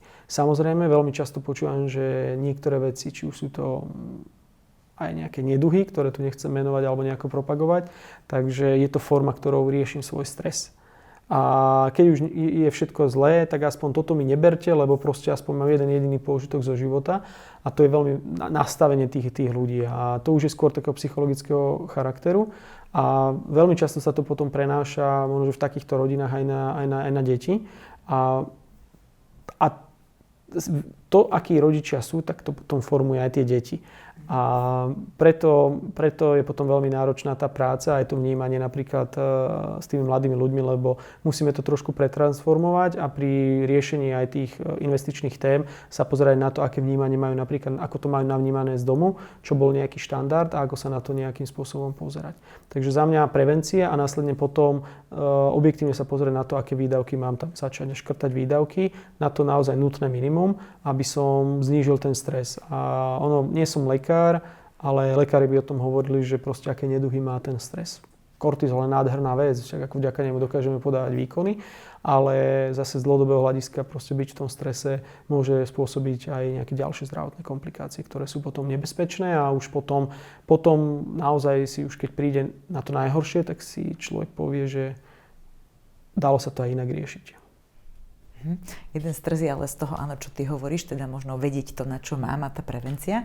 Ale mne teraz tak napadá taký druhý stres, ja si myslím, že tiež ním trpím občas. A to je práve to, že keď si dneska listujeme tie sociálne siete, tak čo ešte nemám, čo som ešte nedosiahla, čo mi uniká, hej, že mne aj tento stres tam prichádza, alebo z toho uhla pohľadu, aha, a ja som aj tu mohla zarobiť a nezarobila som, že kde je tá hranica toho, že tak toto už nemusím, hej, že kde si povedať, že dobre, toto je cieľ toho iného človeka, nie mňa, alebo kde nájsť tú hranicu, že tak už mám dosť, hej, aj z hľadiska napríklad toho zarábania peňazí, lebo tam prichádza ten stav, že stále môže mať viac však. Lebo aj tam tým si spôsobujem, aspoň u mňa to tak niekedy je, že mne v podstate pohode vychádza na život, ale vždy môže mať viac však. Toto nie je ojedinelý postoj, ktorý máš ty oproti tomu, čo má množstvo Slovákov. Nevnímajú mňa, ako keď vidím, že OK, na touto akciu som premýšľal a mohol som tam niečo šupnúť a bolo by to lepšie ako do tejto inej akcii. OK, ale zmením niečo? Vôbec nezmením. Takže preto tu mám jednu radu. To, čo sa stalo, už sa nedá zmeniť. Dá sa zmeniť možno náš prístup, ale keď k tomu príde, tak deň má 24 hodín, a chvíľu na seba si človek potrebuje nájsť, takže nech máš 5 dní v týždni, 10 hodín, ak si ochotná denne obetovať tomu, tak proste ten čas je nejako limitovaný a nedá sa byť všade a nedá sa robiť všetko. A toto hovorím ja, ktorí keby tu sedeli moji kolegovia a mnohí, tak povedia, že toto u teba neplatí, no učím sa to, aby presne toto fungovalo, lebo kedysi som naozaj veľmi veľa času venoval týmto aktivitám a bolo to naozaj že 24/7 takmer, s výnimkou toho, čo človek spí, že venoval niečo. Takže za mňa tento prístup je potrebné, to, čo mnoho ľudí nerobí, mať čas na to.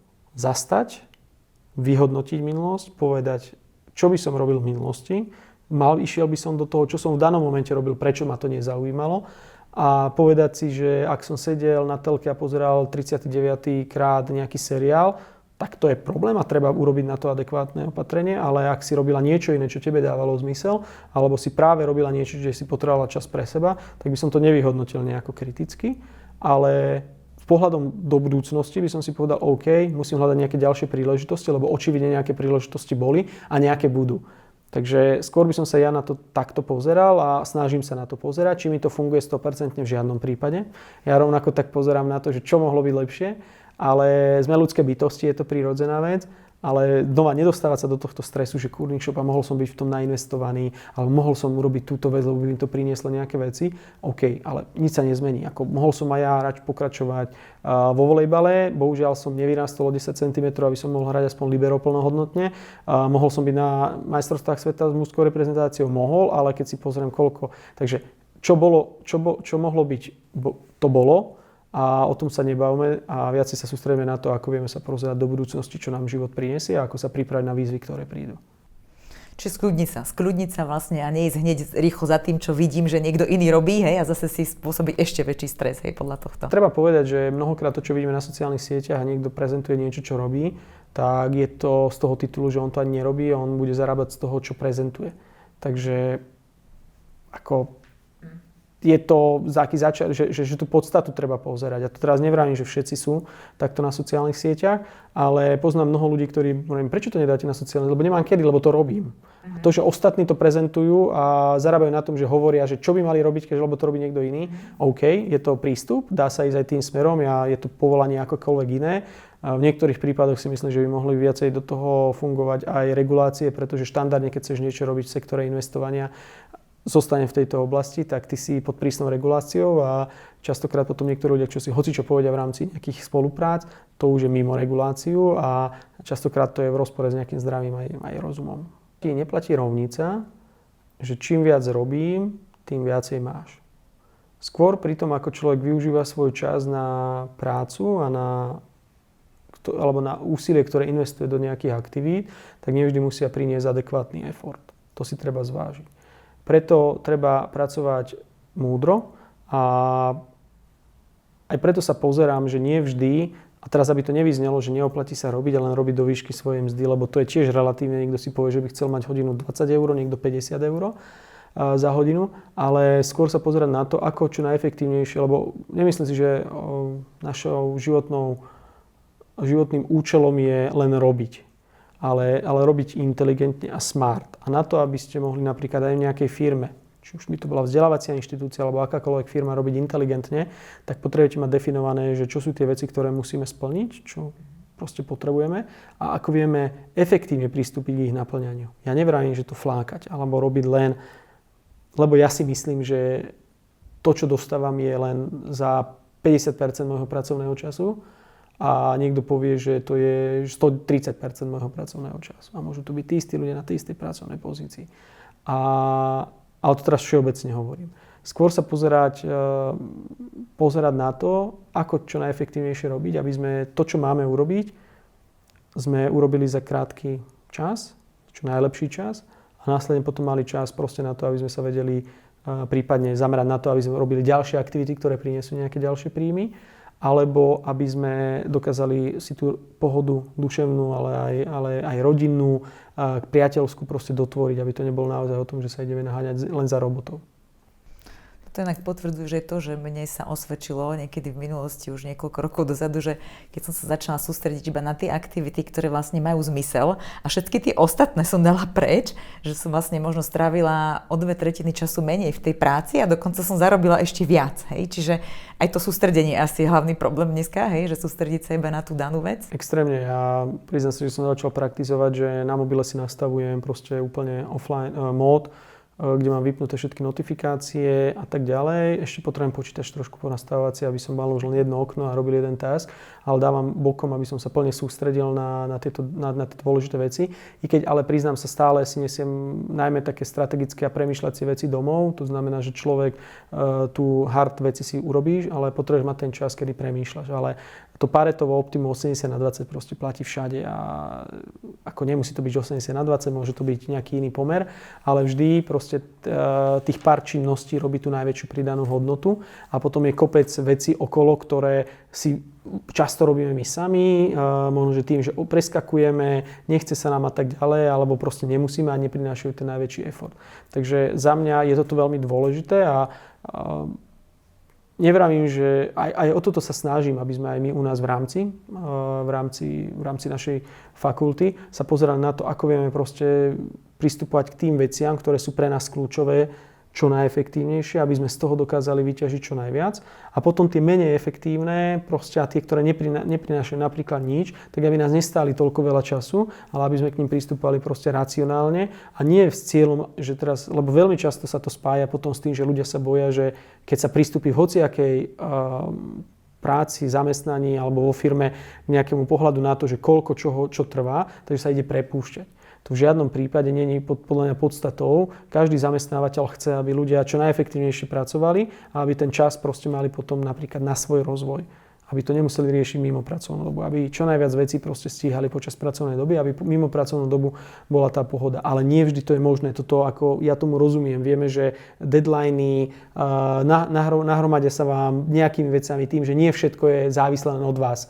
Ale ty to možno, že poznáš, že chceš mať klientov. Nie vždy sa ti podarí dať každý deň jeden, zrazu 5 cez deň, vieš, že ti hlava stojí a 2 dní sa z toho spamätávaš, lebo je to proste nápor.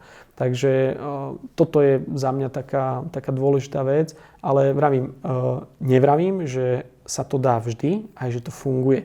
Ale je to nejaké smerovanie, ktoré keď si povieme, že takto nejako by sme k tomu mali pristupovať, tak ale musia všetci v tej firme byť na toto nastavení a nebyť len to, že toto je moja práca. Mňa zaujíma len, tu mám oči, klapky a toto je moje a mňa nič netrápi.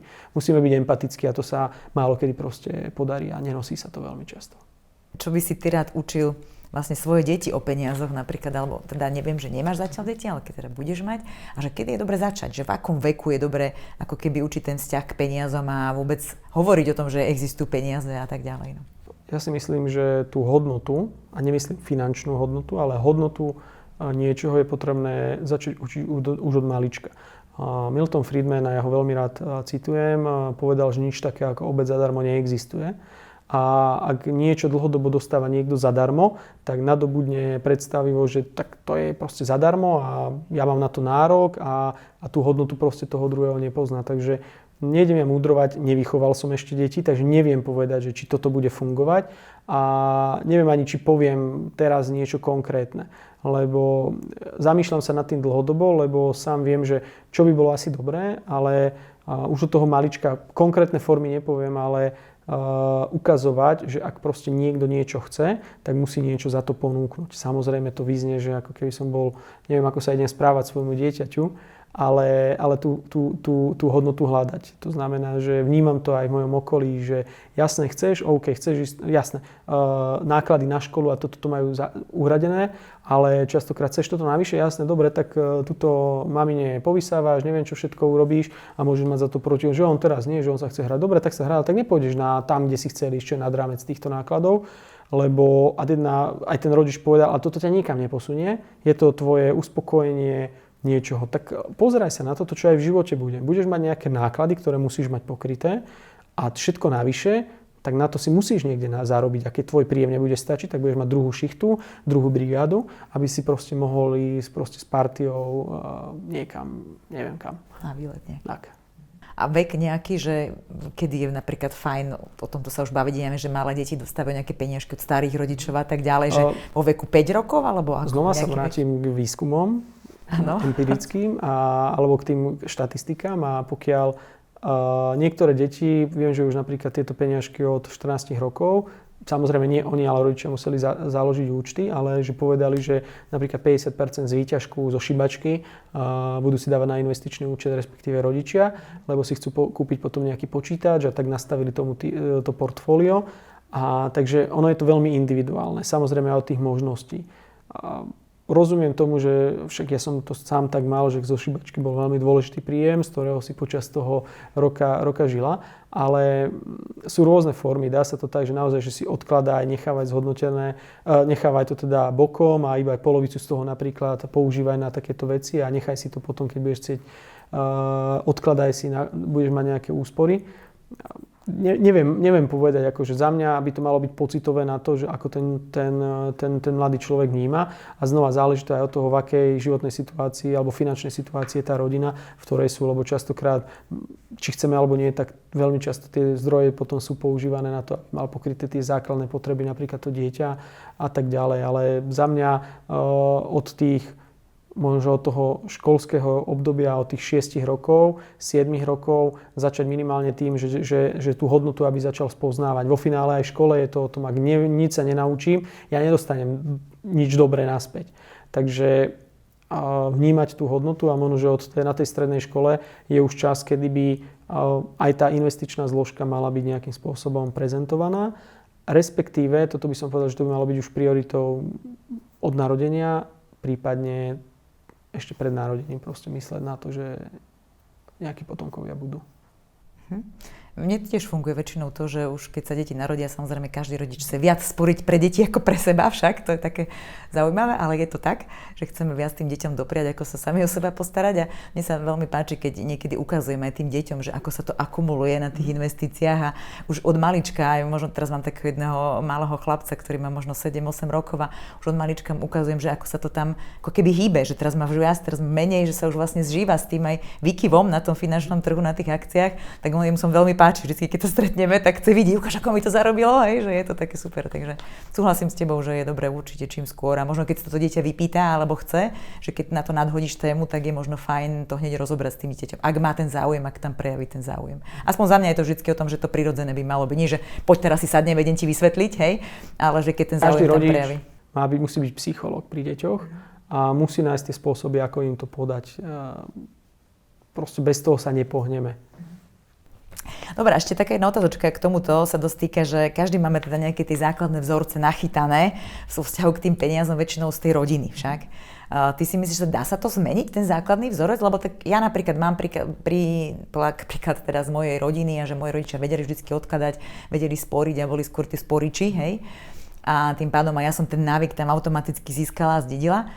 Dá sa to teda zmeniť, ak niekto to tak nemal, ale niekto mal vyslovene, že proste bol v rodine, kde sa naozaj veľa míňalo, že extrémne až na to, čo nemali a už to bolo v tom zadlžení, že meniť tento postoj, že či to vôbec je možné. Určite áno a poznám aj prípady ľudí, ktorí videli, ako to dopadne, keď sa míňa viac, ako na čo má tá rodina a nedopadlo to dobre a tí ľudia možno sú potom až príliš špornliví a chcú viacej šporiť.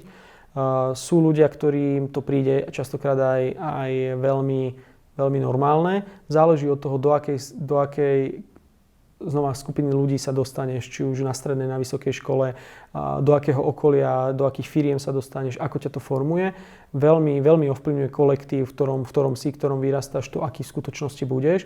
Samozrejme, ak si z rodiny, kde naozaj viacej míňali, ako zarobili, a máš kamarátov, kde to funguje rovnako, tak je dosť vysoká pravdepodobnosť, že tebe to príde normálne, sa zadlžovať a tak ďalej. Prípadne môže to začať tým, že ti chýba 100 eur do výplaty týždeň a nájdeš ešte stále možno, že nejakú SMS požičku a dokážeš si požičať a super, že požičajú ti na týždeň 100 a vráti 120 eur. Alebo 105 eur, lebo to je super, len 5 eur som preplatil, ale si to prepočítaj, že koľko to vlastne je, že to máš 5%. A takto to roluješ a je to proste OK. A za mňa dá sa to, je ale potrebné, aby si mala aj šťastie na to, do akého okolia a v akom kolektíve si, ktorý ťa proste ti ukáže, že to nie je normálne, lebo pokiaľ dlhodobo si vystavená zlému chovaniu a okolo seba vidíš, že to je normálne, to zlé chovanie, tak nezmeníš svoje správanie. A v tomto prípade teda boli aj prípady, kedy ľudia vedeli, že toto nemajú robiť, ale nevedeli, a čo mám robiť, akože viem, že toto nemôžem, ale neviem, ako inak to robiť, lebo mal som vzor, že sa to robilo takto a to je zlé a ja neviem nič iné.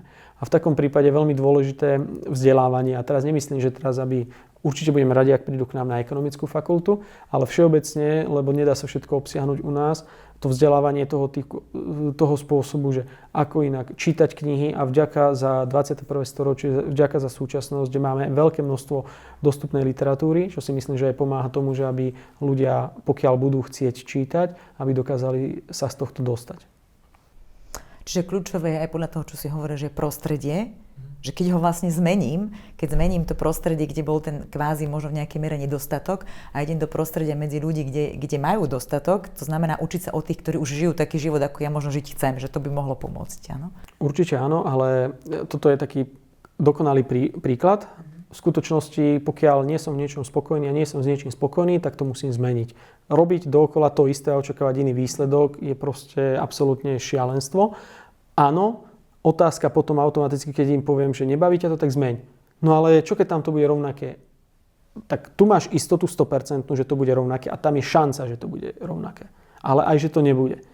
A tej zmeny sa ľudia boja veľmi často a preváži strach z neznámeho nad úplne racionálnym zmýšľaním, prehlbovať nejaký problém, ktorý proste bol. Takže s týmto sa tiež veľmi často stretávam, že ľudia sa boja racionálne zmeniť a ísť do niečoho nového, robotu nie som spokojný, nadávajú na všetko, tak to skús zmeniť. Ale čo keď to nebude to správne? Tak to nebude to správne. Jasné, sú zase životné situácie, kedy majú samoživiteľka, mamina a proste nemôže zostať bez príjmu, lebo absolútne tomu rozumiem, ale zároveň ju to proste už, keď na človeka nielen ten finančný stres alebo takýto problém začne prerastať do nejakého psychického problému, zúfalstvo z toho, že zlý kolektív, nechcem tam robiť a tak ďalej, neviem to zmeniť, to už je problém, ale za mňa teda by malo nastať automaticky, ak nie som s niečím spokojný, je to náročné urobiť. Tiež som párkrát bol pred rozhodnutiami, ktoré proste boli veľmi náročné a vždy som si snažil obhajovať, prečo by som to nemal urobiť. A potom, keď som už urobil to rozhodnutie, tak prišlo niečo, ale reálne zo života, čo mňa prinútilo to zmeniť, lebo všetko zmenilo rapídne. Takže znova sa potvrdilo, že je dobré urobiť rozhodnutie, lebo vy dávate signál, poviem to takto, vesmíru tomu, že chcete niečo zmeniť, aj okoliu, že chcete niečo zmeniť. A je veľká šanca, že ak vy dáte signál, že príde odpoveď, ale ak vy ten signál nepôjdete, tak za vás niekto to nezmení. Čiže vyslať taký ten zámer, že môžeme vyslať ten zámer, že viete, že dá sa to aj inak. Ale úprimný, by som povedal, že úprimný, lebo pokiaľ sa s niekým rozprávať a chcete uzavrieť obchod a vidíte neúprimný záujem, tak tá ochota uzatvoriť obchod je menšia, ako keď vyšlete, že ten úprimný záujem, že áno, poďme na tom robiť, myslím, že to je skvelá vec a budem benefitovať obidvaja z toho, ako keď niekomu poviem, jasne, poďme do toho, však ďalší, niekto, kto mi chce niečo dať, tak. Áno, ja súhlasím úplne s tým, že to takéto skutočné chcenie musí vychádzať niekde znútra a presne aj tá zmena toho prostredia, keďže sa vrátim k tej téme, že zmeniť tie návyky vlastne každého jedného človeka, určite to podporí to prostredie, že vlastne sme v prostredí, kde vidím, že túto to už funguje, zrazu tí ľudia to majú inak, alebo tie príbehy ľudí, väčšinou vidíme to aj na tých príbehoch, že sa to krásne zmenilo a odvíja sa to a že naozaj tá zmena, ja tiež verím tomu, že tá zmena môže nastať a že môže nastať aj ľudí, ktorí možno sú z rodín, ktorí tú gramotnosť nemali a že to tam nebolo dané. Dobre, teraz také tvoje ešte finančné rozhodnutie, keď zoberieš sám svoje, že pamätáš si nejaké tie finančné rozhodnutia, ktoré ľutuješ, že si urobil, neurobil, alebo zase na ktoré si hrdý, že si urobil? Tým, na ktoré nie som hrdý, alebo že ľutujem, tým sa nebudem vrácať, lebo nemá zmysel už plakať nad rozliatým mliekom, prináša život aj dobré, aj zlé chvíle, takže vo finále sa na konci toho celého obdobia sa budeme pozerať na to, čo je a niečo, čo by mohlo byť. Boli tam nejaké veci, nevyšli investície do akcií, ktoré som si nejako zanalizoval, išli proste opačným smerom, takže sú to také normálne veci. A neľutujem ani obchody, do ktorých som nešiel, keď by som mohol ísť, vedel som o tom, aj mi vraveli, že to sú 100% veci. Nepozerám sa na to, ako zbytočne budem pozerať na to, skôr sa pozerám do budúcnosti, ako čo najefektívnejšie prístupovať k týmto investíciám. A znova, toto nie je niečo, čo by bolo také vlastné mne osobne. Pred možno 10 rokmi tiež si človek prešiel nejakým procesom, aby sa pozeral presne na to, že nebudem teraz plakať nad tým, že OK, mohlo to byť, alebo nemusel som o to prísť. Proste stalo sa, človek zariskoval, ale je veľmi dôležité vedieť zriskovať s mierou. To znamená, že nie, že teraz niekto má 10 000 eur a všetko dá na červenú na rulete a dobre, možno, že to vydá, neviem. Ale nevydá to stále dookola. Takže mať to premyslené a robiť rozhodnutia tak, aby aj keď idem zariskovať, aby to neohrozilo proste nejaké dlhodobé plány. A máš aj nejaké také tvoje konkrétne rozhodnutie, že na toto si hrdý, že si ho urobil? Že máš tým väčšinou, to sú tie, ktoré máme spojené nejakú emóciu, že sa tam niečo zaujímavé udialo? Najlepšou vecou bolo, keď sme priamo na vysokej škole sa rozhodli, že ideme analyzovať, ako sa správajú voči klientovi dôchodkovej správcovskej spoločnosti v druhom pilieri. A my sme si teda ťahali papieriky, že kto akú DSS-ku bude mať a musel som si založiť teda druhý pilier. A to bolo asi to najlepšie, lebo čiastočne som si tam prispieval sám, potom boli nejaké brigády a keď si to človek spätne sa pozrie, koľko už nainvestované mal. A to boli naozaj, že pár, a to neboli veľké brigády, naozaj, že horibilné. A koľko si dokázal takto už nainvestovať, ani o tom nevedel. Tak to bolo asi to najlepšie rozhodnutie a experimentovať v tomto ponímaní. A potom to druhé bolo asi najlepšie, keď som si teda dal sám so sebou finančný záväzok, že budem odkladať, čo to chce, nejakú sumu pravidelne mesačne a otvoril som si proste traderský účet a ranujem si tam proste cez ETF-ka nejaké portfólio. To bolo také druhé to najlepšie investičné rozhodnutie. Kebyže máš úplnú finančnú aj časovú slobodu, niečo by sa zmenilo v tvojom živote? Žil by si inak? Nerobil by som asi nič iné, ako robím teraz. Práca ma baví a keby ma nebavila, tak budem hľadať niečo iné, čo by ma bavilo, ale teraz, kebyže mi niekto povie, že tu máš 1 000 000 eur, nie už teda fakulta, ale ja osobne, a že teda môže skončiť a malo by ti to stačiť, tak poviem OK, rozumne to nainvestujem a budem robiť ale to, čo ma baví. Možno, že by som viac času hľadal sám pre seba, že by som sa ešte viacej snažil balansovať si veci a ak by to nebolo sklbiteľné s aktuálnou robotou, tak by som hľadal nejakú inú, kde by som sa opäť mohol realizovať, pracovať na veciach, posúvať inštitúciu ďalej, nejakú a následne proste mať možnosť vybalansovať ešte viacej ten čas, ktorý venujeme tomu, čo vás baví a hlavne pre mňa je veľmi dôležité, čo ma baví, ma aj posúvať dopredu. To je kľúčové, lebo ak by ma to len neposúvalo dopredu a bol by som taký, že by som stagnoval na nejakom mieste, tak to nie je proste to miesto, kde by som chcel byť. Dobre, a toto je taká otázočka, ktorú ja rada kladiem ľuďom, že myslíš, že skutočnou príčinou, prečo ľudia nežijú tak, ako chcú, je naozaj nedostatok peňazí? V niektorých prípadoch to môže byť. Nejdem to zovšeobecňovať. Určite v niektorých prípadoch sú problémom peniaze, ale mnohom, čo vidím aj v okolí, čo mi je známe, tak je ten prístup, ktorý majú k tomu. Znova, ak nenájde človek v maličkostiach to šťastie, tak s tým prívalom tých peňazí to šťastie sa nebude multiplikovať. Ak má človek to šťastie, tak tie peniaze to umocnia. Ak vníma, že mám naozaj šťastie v tom, že stretneme sa každý týždeň na spoločnom obede, máme možnosť proste riešiť tieto veci a mám čo jesť, nemusím proste vynechať nejaké jedlo počas dňa. Takže to je za mňa také niečo dôležité a preto si nemyslím, že peniaze vyriešia všetky problémy. A robili experimenty znova, musím sa ako akademik oprieť o experimenty, kde navyšovali tie peniaze, že by nejaké šťastie proste prišlo, extrémne nie. Kamarát mi to veľmi dobre povedal, podnikateľ, a keď sme riešili, že ja neviem, vieš, niekto rieši, že 1000-1500 eur mesačne, áno, ja riešim 30 000 eur mesačne. Pre mňa to je to isté. A keď budeme mať 300 000 tržby, tak budeme riešiť tie isté problémy, len trošku vo väčšom, že už potom sa to násobí nulami, to, čo proste rieši. On to samozrejme na firme akože nejako deklaroval, ale že keď sme riešili 50 000 eurové tržby mesačne, boli nejaké problémy, teraz riešime 500 až 5 miliónové. A je to principiálne to isté. Už je to proste stále o pár nul viacej, ten istý princíp. Takže keď sa na toto zaujíma, áno, je rozdiel, či niekto zarába 500 eur, alebo v čistom 700, alebo 7000, alebo 2000 eur. Samozrejme, je to rozdiel, to ja nespochybňujem, ale tie základy by mali byť proste fundamentálne v tom, že to šťastie musím hľadať v niečom. Ale ten stres pri nižšie príjmových ľuďoch, pri tých, ktorí majú na úrovni minimálnej mzdy, je určite iný ako keď niekto zarába dvojnásobok napríklad tej minimálnej mzdy. Takže nechcem, aby to naozaj vyznelo, že neviem ako, ale proste za mňa úplne veľmi výrazný nárast tých peňazí od určitého momentu nepriniesie väčší úžitok, ako keby zostane na 2000, dajme tomu, ako keď budeme mať 10 000, hej, lebo proste kde to bude dávať. Potom už naozaj začína špekulovať. Sa páčilo, v jednej knižke to jeden pán napísal, že nezamieňajte si peniaze so vzduchom. Že nie sú vzduch, že môžeme bez nich žiť. Hej. Si to tak častokrát pripomínam.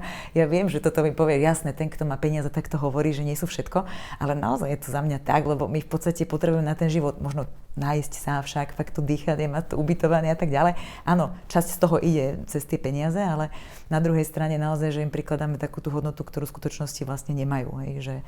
Že je to asi aj o tom. Je to prirodzené. Každý z nás, a asi nie sme výnimkou ani my dvaja, že sú momenty, kedy proste je tá priorita na tom, lebo proste, ale potom zase príde iná životná etapa, kde si proste povieš, OK, toto není priorita, je úplne niečo iné priorita, ale keď sa na to z dlhodobého hľadiska pozriem, tak je dôležité sa pozrieť v priemere, že ako si to mal nastavené. A to je dôležité. Hej, keď ja som túto otázku ešte chcela smerovať trošku aj tým smerom, že mnoho ľudí sa vyhovára na to, že nemajú dostatok peňazí a preto nemôžu začať podnikať, preto nemôžu začať cestovať a tak ďalej. Že ja to častokrát niekedy vidím aj ako tú výhovorku a to je veľakrát ten problém, lebo ja si skôr myslím, že tam není, že nedostatok peňazí, ale že to skôr o nedostatočnom chcení. Že to naozaj chcem, lebo keď to niekedy porovnáš, už taký ten extrémny prípad, že matka má choré dieťa, tak on nájde spôsoby, ako vytvoriť ten budget peňazí, aby to dieťa zachránil však, lebo to chcenie je tam dostatočne veľké. Ale bohužiaľ možno pri tých malých cieľoch alebo pri tých nedostatočných chceniach ľudí to tam v podstate tak nie je. A preto sa radšej vyhovoria, tak nemám dosť peňazí, tak vlastne nemôžem začať. S týmto súhlasím, čo si povedala. Môže to byť. Určite, keď sme vystavení, dá sa povedať, my sme bytosti, ktoré majú nejaký obranný mechanizmus. A pokiaľ je extrémne kritická situácia, tak nájdeme v sebe silu, aby sme to proste dokázali vyriešiť. Ale ak sme v nejakej miere pohodlia a len sa sťažujeme, že pri kavičke niekde v nákupnom centre, že joj, ako zle je a neviem čo všetko, tak akože očividne nie som na tom tak zle, aby som si nejaký pôžitok odpustil a tým pádom nemám nejaké to vnútorné chcenie.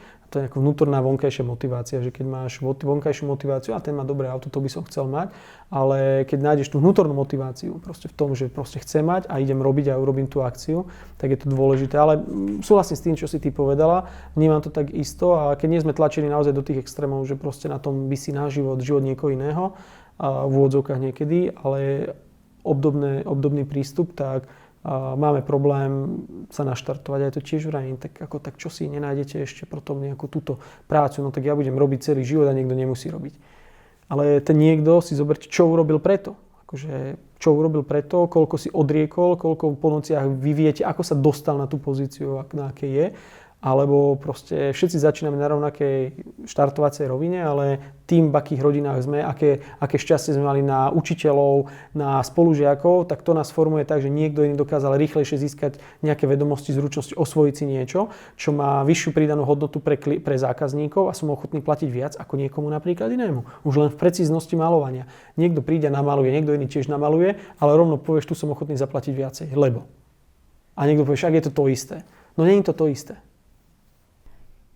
Vlastne každý by mal hľadať tú svoju cestu toho bohatého života, nájsť to, prečo má tú vášeň a to veľké chcenie a zároveň potom to môže aj nejakým spôsobom samé a tak prirodzene plynúť, však prichádzať k nám a nemusí to byť s tým finančným stresom, ale môže to byť s tým nadhľadom, či to je asi také kľúčové, podľa mňa teda. To je ten message, povedal si to, ja to zopakujem, šťastie si musí nájsť každý sám. Ak chce niekto kopírovať šťastný život niekoho iného, tak to je cesta do záhuby, každý si musí tú cestu vydláždiť. A nedá sa povedať, že ak budeš robiť týchto 5 krokov, tak budeš žiť šťastný život, pretože týchto 5 krokov, ktoré funguje napríklad mne, pretože mám nejakú trajektóriu, mám nejaké okolie, mám nejaké výzvy a aktuálne pracovné zaradenie alebo a podobne, je iné, ako máš napríklad ty a tebe by to nemuselo dávať zmysel. Preto vravím, že poradte, že čo by som mal robiť, sú kroky, ktoré vieš robiť, ale ten výsledok bude napríklad rozdielny vplyvom toho, že si z niekadiaľ inakadiaľ. Takže každý by si mal nájsť to, čo mu funguje. To platí vo všetkom.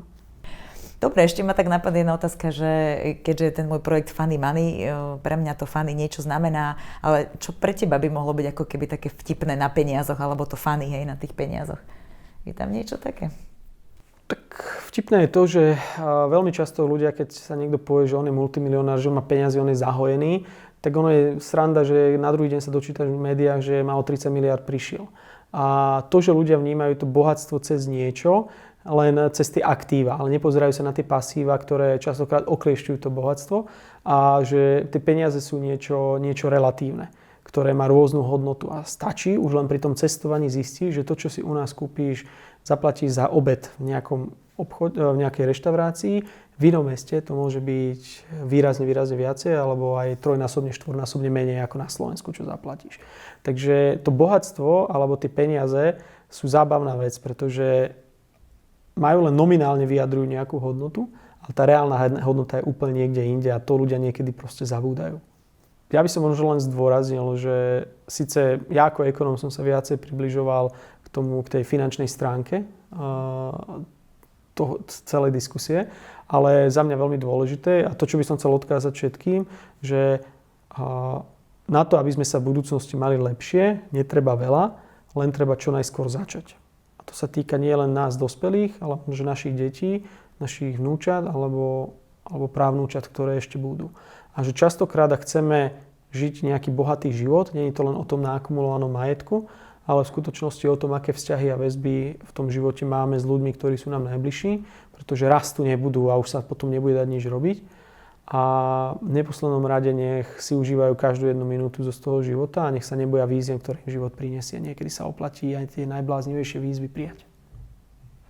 Super. Ďakujem ti veľmi pekne. Ďakujem za pozvanie. Ja som teda veľmi rada, že sa takto prijal pozvanie a že sme to takto zdarne dotiahli asi aj do konca teda. A ďakujem teda aj nejakým divákom, poslucháčom a verím, že sa vidíme ešte niekedy aj na budúce a že pár vecí z tohto podcastu si zoberú aj za svoje a uplatnia aj vo vlastnej praxi. Ďakujem pekne. Ďakujem za pozvanie.